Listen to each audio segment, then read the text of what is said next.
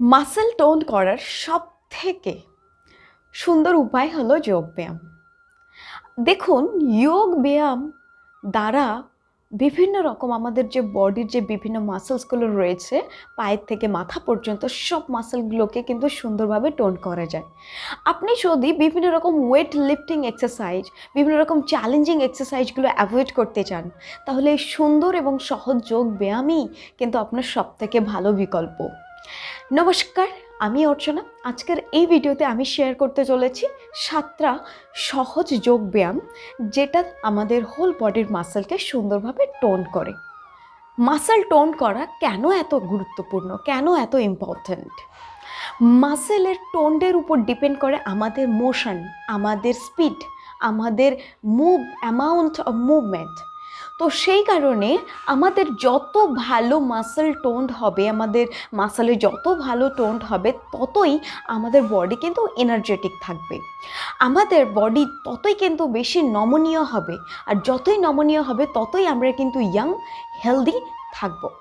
আর তার সাথে আরেকটা ভীষণ ইম্পর্ট্যান্ট পয়েন্ট, সেটা হলো মাসেল টোন যত ভালো হবে ততই কিন্তু আমরা ডিজিজের যে রিস্কগুলো কমাতে পারবো। এই ভিডিওটা আপনাদের যদি ভালো লাগে সবার সঙ্গে শেয়ার করবেন আর সাবস্ক্রাইব করে আমাদের পাশে থাকবেন। আর please don't forget to press the bell icon আর নতুন ভিডিওর নোটিফিকেশনের জন্য। Thank you so much for watching. So let's start our video. Posture number 1, Utkatasana. দেখুন, এই পজিশানে বা এই পশ্চারে আপনি যখন হোল্ড করবেন তখন অবশ্যই করে আপনার ব্রিথটা নর্মাল রাখবেন। আপনার ওজনকে স্কোয়াটিং অবস্থানে নামতে দিন।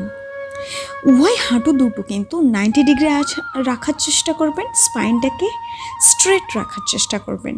আপনার হাঁটু দুটো যদি আপনি 90 ডিগ্রি না রাখতে পারেন, তাহলে মাসেল শক্তিশালী হওয়া পর্যন্ত আপনি বাকি রাখতে পারেন।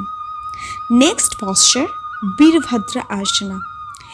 এই পশ্চারটিতেও আপনি যখন অবস্থান করবেন শ্বাস স্বাভাবিক রাখবেন।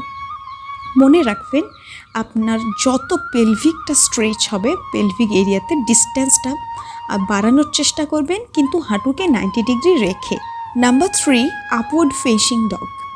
এটা আপনাকে মাউন্টেন পশ্চার দিয়ে শুরু করতে হবে, তারপর ধীরে ধীরে আপনাকে হিপসটা নিচের দিকে নামাতে হবে।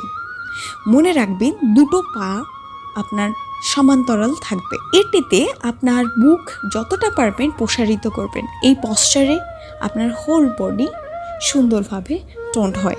এটা খুবই শক্ত না, খুবই ইজি। এর পূর্ব অভিজ্ঞতার কোনো প্রকার প্রয়োজন হয় না। এরপর আনন্দবালা আসনা। আপনার হাঁটু দুটোকে ফোল্ড করে মাটিতে নামানোর চেষ্টা করুন।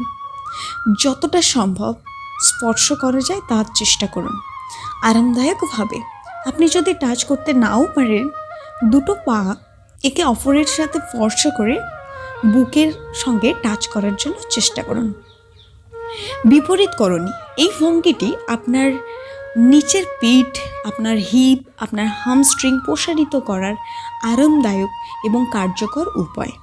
এটি আপনার মনকে শিথিল করে। আপনার গোড়ালিকে শক্ত করে ধরে উপরের দিকে পা দুটো যত সম্ভব স্ট্রেচ করার চেষ্টা করুন। আপনি দুটো এলবোর পাশে সফট ক্লথ রাখতে পারেন, যাতে করে এই স্থিতিটা আপনার খুব সুন্দরভাবে আরামদায়ক হয়। এরপর সেতুবন্ধাসন। এই পশ্চারটিকেও আপনি হাঁটু দুটো 90 ডিগ্রি স্ট্রেট রাখুন, হিপসটা যতটা সম্ভব উপরের দিকে ওঠানোর চেষ্টা করুন। নাম্বার 7, গরুড় আসন। এই আসনটি পায়ের সমস্ত মাসেলগুলোকে সুন্দরভাবে টোন করে, তার সাথে সুন্দরভাবে বডি ব্যালেন্স বৃদ্ধিতে সহায়তা করে। Thank you for watching guys. Stay healthy and happy. ধন্যবাদ।